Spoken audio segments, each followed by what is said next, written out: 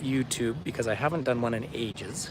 Um, and I wanted to be able to Zoom. So I want to say bonjour, and I should say bonjour because I am in the province of Quebec. Do you know what I'm going to do, everyone? I'm going to put my headphones in, and then you will better that way. So I am in the province of Quebec, and behind me, as you'll see just behind me here, is the Canadian Museum of History. Now, I'm here for a really, really specific, interesting reason because I'm going to be here with a group that is performing on Friday, and then they're going to be at a festival and First Nations play from Alberta. So it's nice to be back in beautiful Ottawa. And I'm over on the Quebec side right now, but it's Canada's national capital region around here. And so I would want to switch around here and show everyone what we're looking at. There is the Parliament of Canada. There is the famous library out there. And this is the walkway of Les Voyageurs. So if you know the history of this country, of course, the history of travel here on this continent is first by water, then by train, then by car, then by plane. So I want to take you over and show you a statue to the voyageurs here. So, hey, Diane, nice to see you here. So there's some incredible history around here. I haven't been doing YouTube Live very much at all because it keeps cutting out, but I just thought I would try one because I do have a Zoom function. And this is what I kind of want to share with everyone. But these massive waterways, this is the huge, hi there, nice. This is the huge Ottawa, the Outaouais. And of course, the main industry, well, people have lived here for literally thousands and thousands, thousands of years. So if you have a look at this, guess what? Everyone who traveled on the Kichizibi Ottawa River had to pay a toll to the Anishinaabe Algonquin chief. He and his people controlled the flow of the river traffic and trade from where they lived on Morrison Island. Now, this massive river, believe it or not, is just a tributary of the St. Lawrence River, that huge water system. And of course, why Ottawa matters is actually, well, historically, for the First Nations people, it mattered forever because they lived here for so long. If you look straight across, there's the Parliament of Canada, which is always under construction. You can tell it's lunchtime because all the people who worked for government are out here having their walks. But after the War of 1812, after it looked like, um, well, the Canada, hey, hi, Pam, Mary Lou's here. So after the War of 1812, bonjour, then there was real concern that the Americans were going to invade Canada and cut off the St. Lawrence because that is the border between what is now Ontario, was Upper Canada, and New York State. And so they decided to build an all Canadian route from Kingston, which is, of course, the mouth where the Great Lakes start to pour into the St. Lawrence, up onto the Rideau River. And they built this canal system. And those are the canals right across there in the distance. And that was built by Colonel By. And many, many Irish people lost their lives during the construction of that particular canal, about 128 miles long. And it connected Kingston for an all Canadian route up to here. And then they could take this water. Hi there, howdy, and take this water as it flows down and eventually meets up at the island of Montreal. So that is the reason behind Ottawa. And then when Canada becomes a country in 87, at that point, the capital had been in Kingston and Toronto and Quebec. And they decided to put it right here in Little Bytown and picked up the name, the more traditional name of Ottawa. And that became the capital of Canada. So it was a very small place. Now, the University of Ottawa dates back to the 1860s. There's one pub that's in the 1840s. There was a community here. By the way, the beautiful glass tower up in the distance, that's the Art Gallery of Canada. But it's so nice to see people out walking. It is a warm day. When I say warm, it's actually really on the version of a hot day here. All the blossoms are out now and the tulips are out. Now, just before I get into all of that, I have to tell you the best tour guide joke in the whole wide world of any city in the world. So there's the Parliament of Canada over there on the Ontario side. And then over here on the Quebec side, you have all the buildings where the bureaucrats work, right? And in between the two is this factory right there that makes toilet paper. So that is the best joke. So the toilet paper right between the elected officials. Lovely to have everyone on board.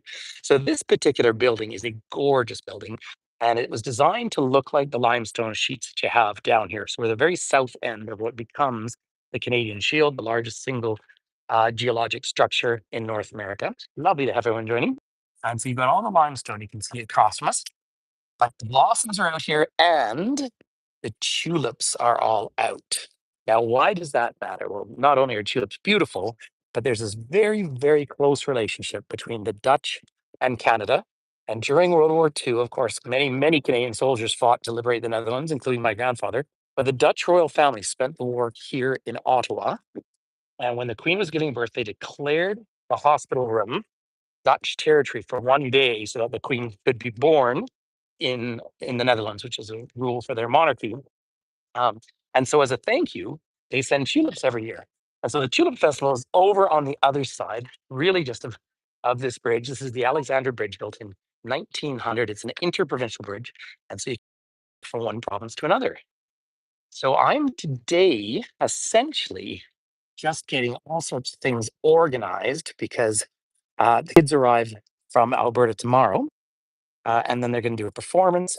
Um, and the tulips are beautiful, but it's everything's just popped out.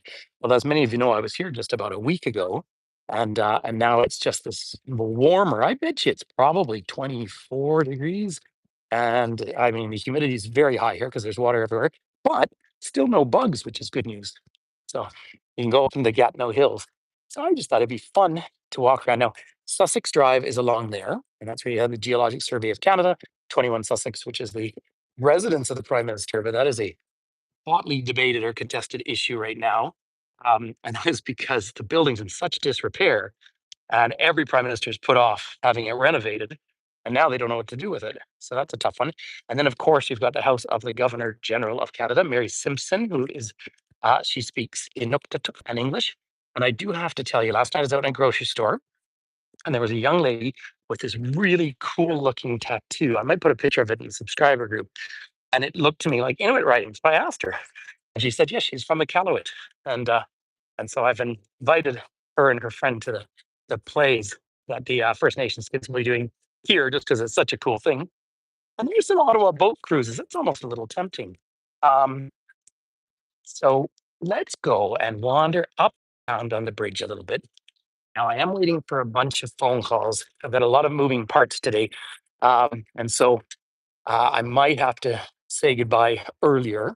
So 4.7 kilometers from here, you could walk to Lac Lemay Lake. There's actually a great big casino there, which is not terribly exciting. Um, someone said I bet you'd enjoy it, but I don't think so. So the Canadian Museum of History was previously the Canadian Museum of Civilization. If you have a few days here, now the Canadian history of nature is excellent, as my friend Diane can attest to. Then there's the Canadian War Museum, and whilst I don't particularly like talking about war all the time, it is a very, very good museum and very focused on human rights and, of course, the genocides that are acknowledged by the Canadian government. Then the National Art Gallery really depends on what's on it at a specific time. But you could spend a week just doing museums here. Uh, it really is a beautiful city. It's very, very walkable. And in fact, the reason I am here with this group because they're on quite a tight budget. So we don't have a bus. So I'm just going to be walking these young people everywhere every day. So this will be a nice 25,000 steps a day. That viewing platform is where I really wanted to give you a video because that's all the flags at the provinces and territories of Canada, but the stairs were closed off. I have no idea why, but you can actually see the very last one here is the Northwest Territories, where I was a couple of months ago in minus 44. So I'm sorry that my phone is a little bit wobbly. I don't know why.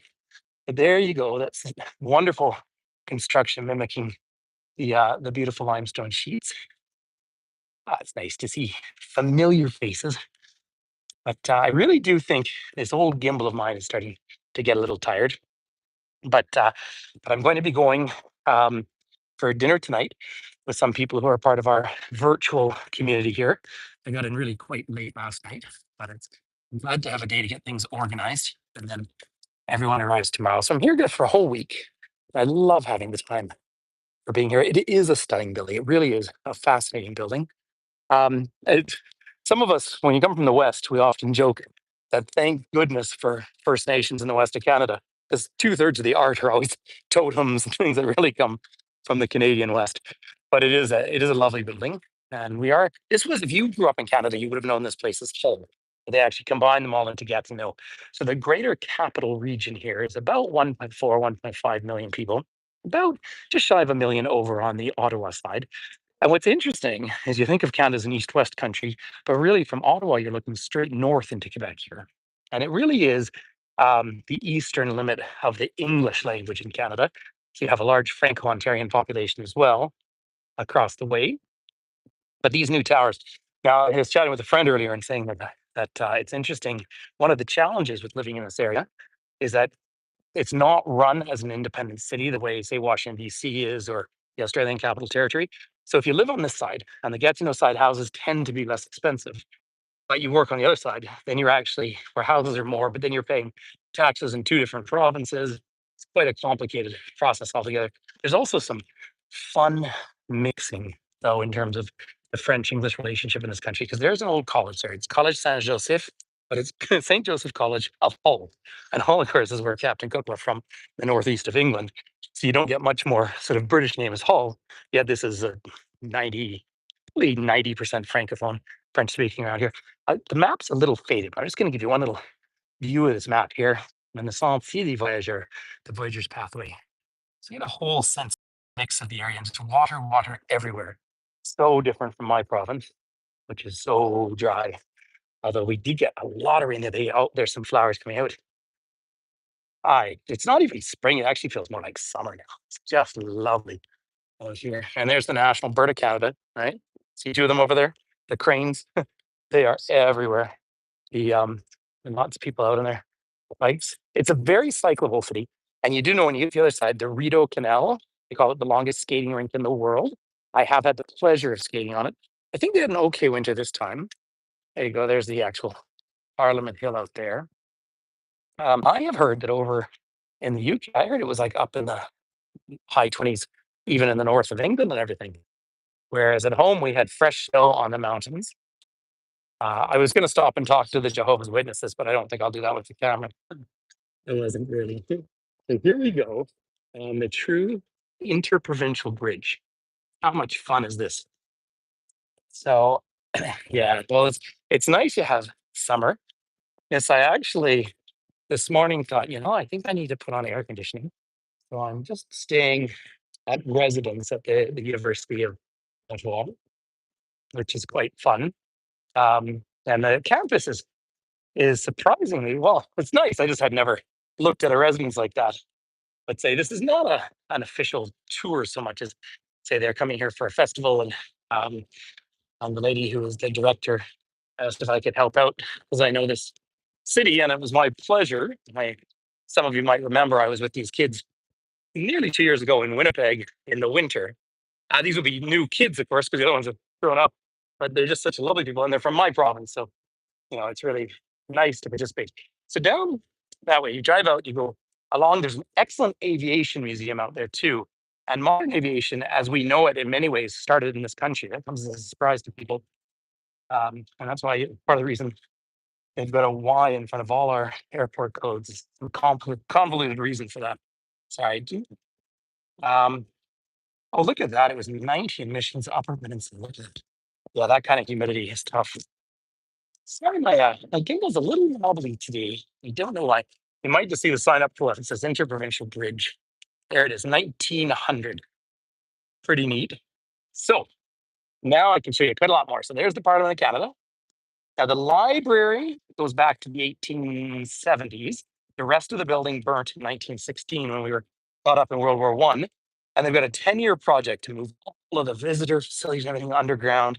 I'm sure it'll be excellent when it's done, or they'll get it all wrong and start all over again.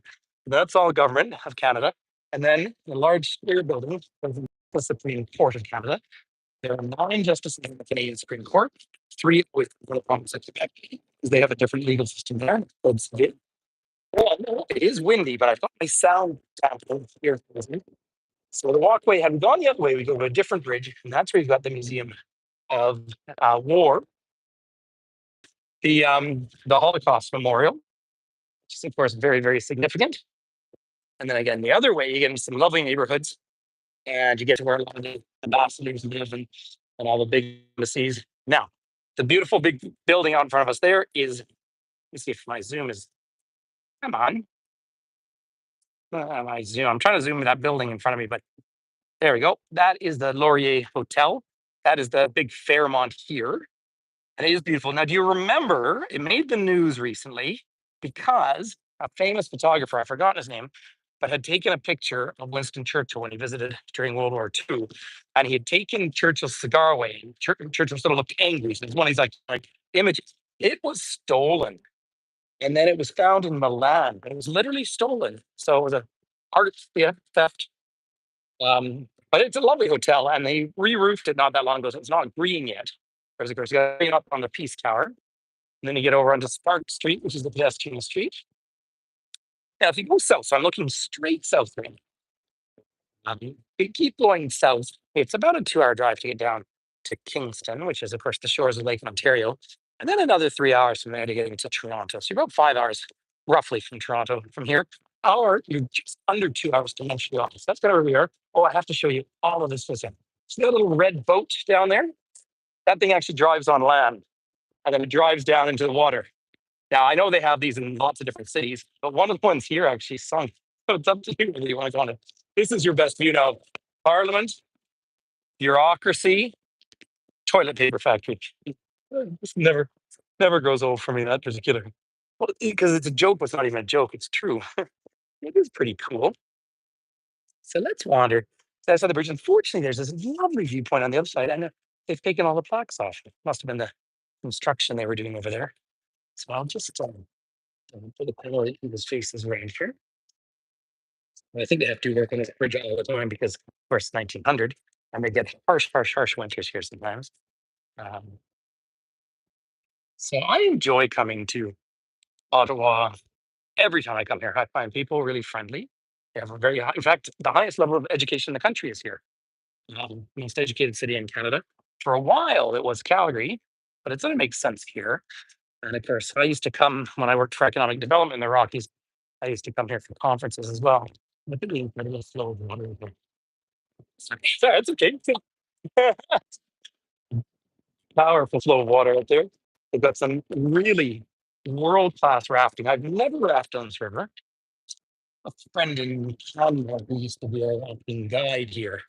Because it's not that steep, you don't have a lot of elevation. You wouldn't think, but apparently they've got like really serious rapids.